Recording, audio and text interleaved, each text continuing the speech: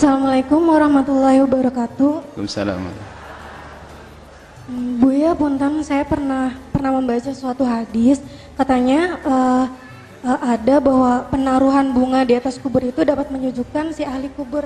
Jadi pernah Apa Nabi itu? Muhammad, penaruhan bunga di atas itu apa? Di atas kubur itu dapat menyejukkan si ahli kubur. Dapat menyejukkan si ahli kubur itu. Itu bagaimana kefasihan hadis itu ya? Terima kasih Bu ya. Assalamualaikum warahmatullahi wabarakatuh. Bagaimana bunga Buya? Menaburkan Buya apakah dapat menabur bunga? Tidak ada hadis tentang bunga, yang ada adalah tentang pelepah kurma. Ceritanya Nabi pernah melewati kubur menangis. Ada dua kubur, ini menunjukkan siksa kubur ada di dalam kubur menangis diseksa. Ternyata setelah ditanya mereka diseksa karena yang satu adalah kalau bersuci itu adalah mengentengkan. Bersuci ngentengkan. Yang kedua adalah suka menggunjing, suka ngadu domba. Kemudian setelah itu oleh Rasulullah SAW dipotahkan pelepah kurma, ditancapkan di situ, dan Nabi mengatakan bahasanya ini akan memohonkan ampun kepada yang ada di dalamnya sampai ini adalah mengering. Sehingga disunahkan kita untuk menancapkan sesuatu bebasahan pelepah kurma. Jika ada pelepah kurma, kalau tidak ya pelepah pohon kelapa atau apa saja, ini yang disunahkan.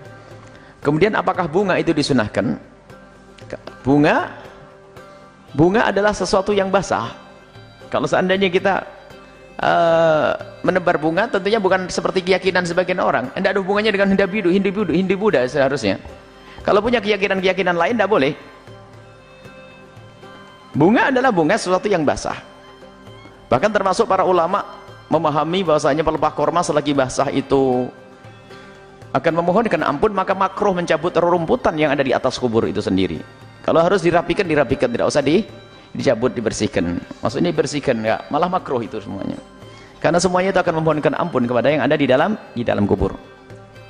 Pelepah kurma, Nabi menyebutkan pelepah kurma saja mendoakan orang meninggal berguna, apalagi orang yang hidup. Masa kita tidak boleh lagi doa di kuburan, kan kacau lagi nanti.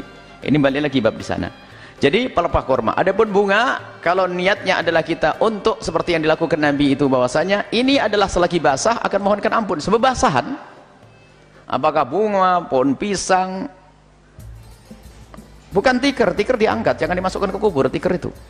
Bukan kendi sama telur dan degan buat saya itu. Nah ini, nanti kalau saya habis nalkinnya itu, habisnya cak haus kasih degan. Ada benda jauh, kita berjalan jauh, Masya Allah, lupa dikasih air, degannya ditinggalin, buat saya aja mestinya itu. Apalagi telur di dadar nanti buat anak santri kalau banyak 2 kintal gitu.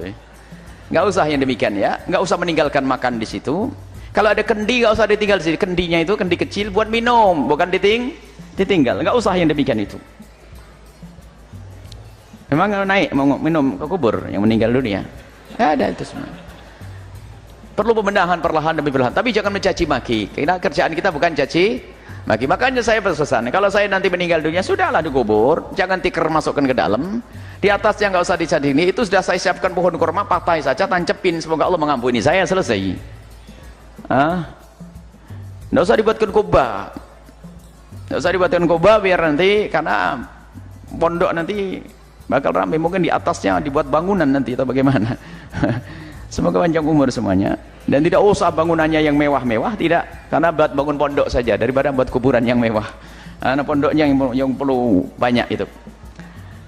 Baik, jadi kalau bunga-bunga adalah bukan niat mengikuti orang Hindu Buddha, akan tapi segala bebasahan boleh kita letakkan di atas kubur, karena selagi bebasahan itu basah, maka tidak akan apa-apa itu akan mohonkan ampun kepada Allah Subhanahu wa taala. Setelah Anda menyaksikan video ini, jangan lupa berselawat kepada baginda Nabi Muhammad sallallahu alaihi wasallam.